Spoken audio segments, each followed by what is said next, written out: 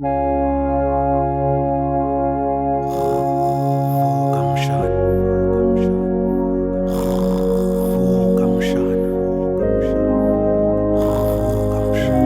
likhalile iqhudele egazi, vuka siyemphandweni. Vuka mshana siyohlangabeza lemphefumulo engakaphumi. Amathuna angasweli izidumbu ukhona mshana. Vuka siyogcwalisa umphongolo wegazi likajenene. Abantu sebefisa ngisho ukuzibamba bona inkunzi ngenxa yobuvila bakho lokhulele. Vuka mshana, eminye imphefumulo ayiphuma ekuqala kunelanga. Ulele wena abantu la ngaphandle balambele ukufa. Asambe sokwandisa amadlozi mshana. Buka nje abesifazane bayatanasa la ngaphandle kodwa nayizola udlwengulanga muntu. Bukeke ngathi iholo lakho lizoya ngokuncipha kule nyanga. Buka nje ingakanani insimi yegazi engakahlakulwa. Shuthi uma usalela uchaza ukuthi labo mama bayithungela ubala lenzile. Lezi idwedwe ezimnyama zidalelanga ukuzilela abantu abaphilayo mshana. Makukuthi ulela uthini ngalesitolo sobucwebe esilahlile. Vuka mshana usebenze lokho washayelelwa kona.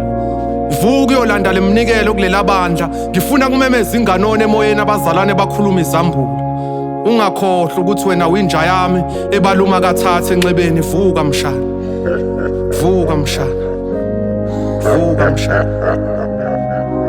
Maluma ikabi kodwa ngathi seliqala ukungisinda mina lejoka lokuba inkabi.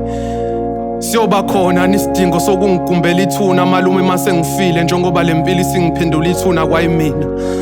Angisakwazi ngisho ukubona into enhle emhlabeni amehlama sithwe izidumo zabantu abangenacala. Malume lendlela ubumnyama izinyawo zami ngathi seziqala ukuyigolozela ukuyihamba. Mawuyisithunywa kubuye kukhathaze nakho ukuhamba endleleni engenasimilo. Usungiphilise kakhulu malume impilo enezenze isatshwa ngisho usathane.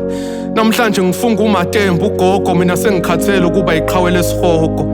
Ngangumuntu ngashintsha ngaba isilwane esidlula ngisho ezinye izilwane. Izilwane nazo sezifisa ngisho ukuba abantu mazibona mina ngingcolisa igama lazo. Lolu bumbu uThixo ngibumba ngalo kuthiwa kade lixabana noThixo. Lithi seliyasaba nalo ukuba semzimbeni wami lizizwa lingaphephile ngathi ngizojikela kwayinalo. Impilo engenawo umkhuleki ubeke engcupheni umphefumulo wami.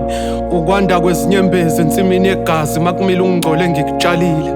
Ngijikele umhlaba ngajikelwa ngisho izono zami ishaphansi konyawo zithi mangingathethelelwa. Malume uyazi sikhalisa imndeni emingaki lesi sibhamu ongiphathise sona.